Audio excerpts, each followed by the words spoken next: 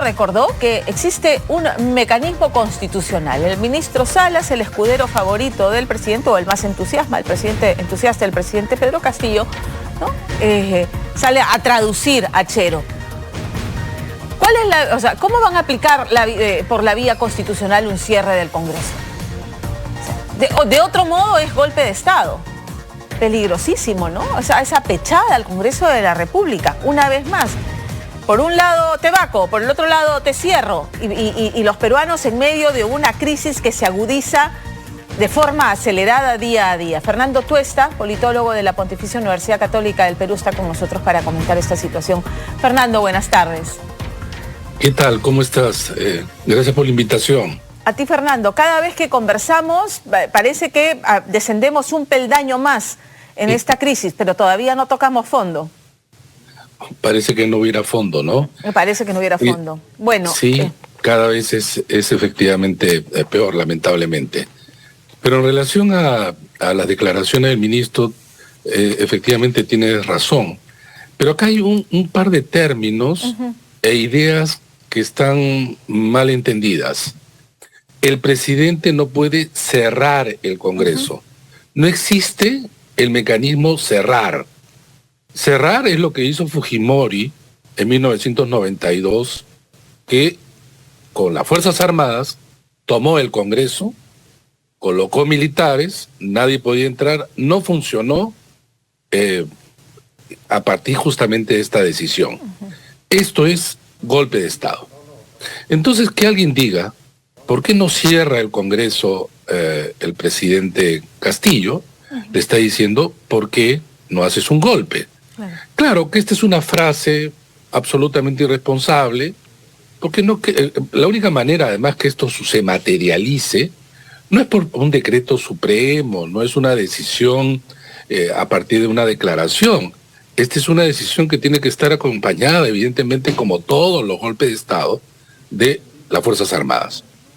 Y como van las cosas, es difícil pues que las Fuerzas Armadas acompañen una decisión de esa naturaleza. Ahora, si no he entendido bien el ministro y otros que también hablan de esto, quizás se refiera a la disolución del Congreso, que es una figura efectivamente constitucional, pero que no está en manos del Ejecutivo hacerla cuando quiere, sino que para que esto suceda según la propia Constitución, tiene que haber ocurrido, o sea, antes que el Congreso deniegue 2 cuestiones de confianza y o censure 2 gabinetes. Bajo estas 2 condiciones, recién el presidente podría disolver el Congreso, pero además con las siguientes consideraciones. La primera, que sigue funcionando la comisión permanente, como ocurrió ya la vez pasada. Y en el mismo decreto de disolución se convocan elecciones. No es que lo piensa, no es que más tarde lo hará, no, se convocan elecciones para completar el mandato del Congreso. Entonces, palabras de esta magnitud y de esta naturaleza son irresponsables, pues, ¿no? Son irresponsables. Son irresponsables y a ver, en el segundo escenario, ¿no? Porque el ministro Salas, que es el más entusiasta en defender y traducir al presidente y al resto de ministros, ha dicho, solamente ha señalado que es una salida constitucional. Es cierto. Entonces, una de ellas es la censura de 2 gabinetes. Ya al inicio de este gobierno hemos vivido ese tira de afloje de las balas de plata, ¿correcto? Y ya ha sobrevivido a eso el presidente Pedro Castillo, porque gabinetes con personajes, digamos, que no dan la talla, para no usar adjetivos que puedan ofender, que no dan la talla, los hemos tenido y al Congreso se los ha pasado, porque lo que está ocurriendo además es que este Congreso es parte sustancial de la crisis que estamos viviendo. Efectivamente, efectivamente.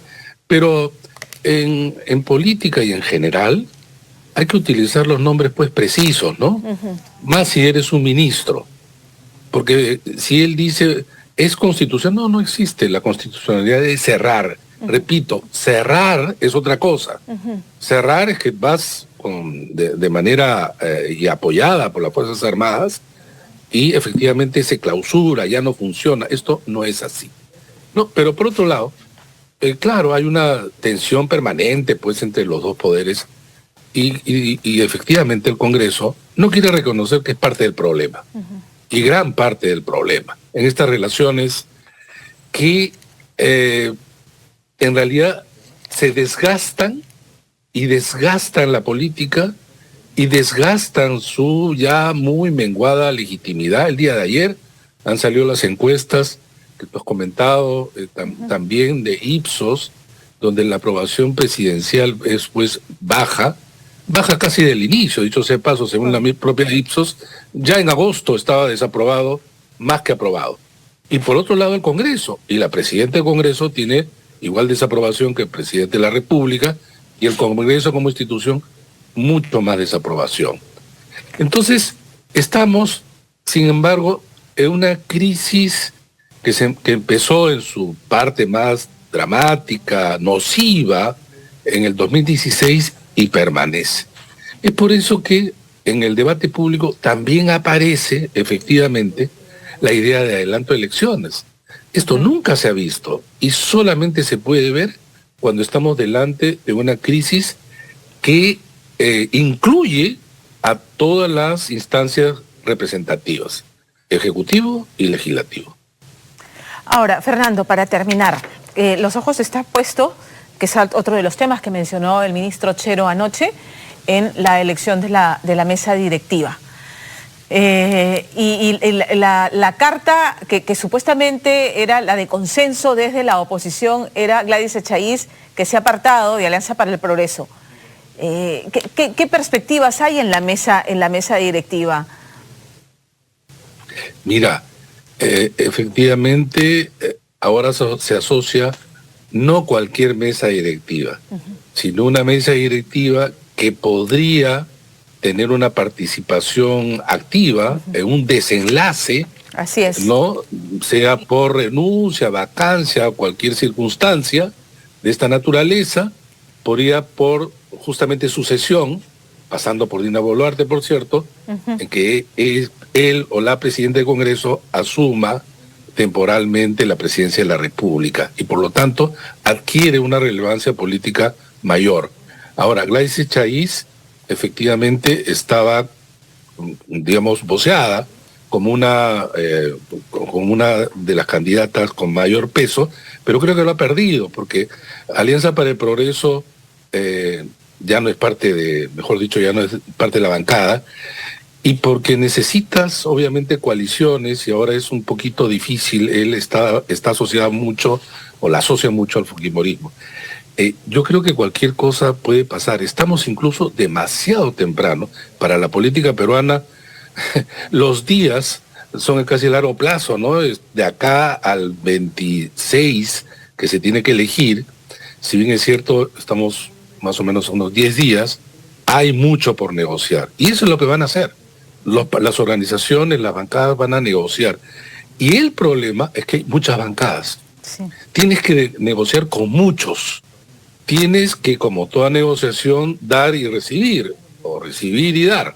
Y hay muchos que tienen votos y tienen capacidad de negociación.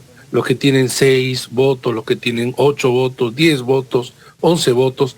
Ahora Fuerza Popular es la mayor fuerza, a su vez, en el Congreso con 24 votos.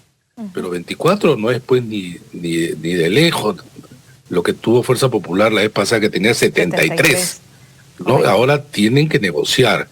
Y de verdad cualquier cosa puede pasar. Porque no solamente se negocia la presidencia del Congreso, sino la mesa y el resto de puestos de la mesa directiva. E incluso presidir comisiones. Comisiones, claro. Hay muchos grupos por negociar. 12 grupos que están en la negociación. Eso no es fácil, para nada. Fernando, te agradezco mucho habernos atendido esta tarde. No, gracias a ustedes. Gracias. Hasta otra oportunidad. Buenas tardes. Nosotros nos vamos a una pausa y regresamos.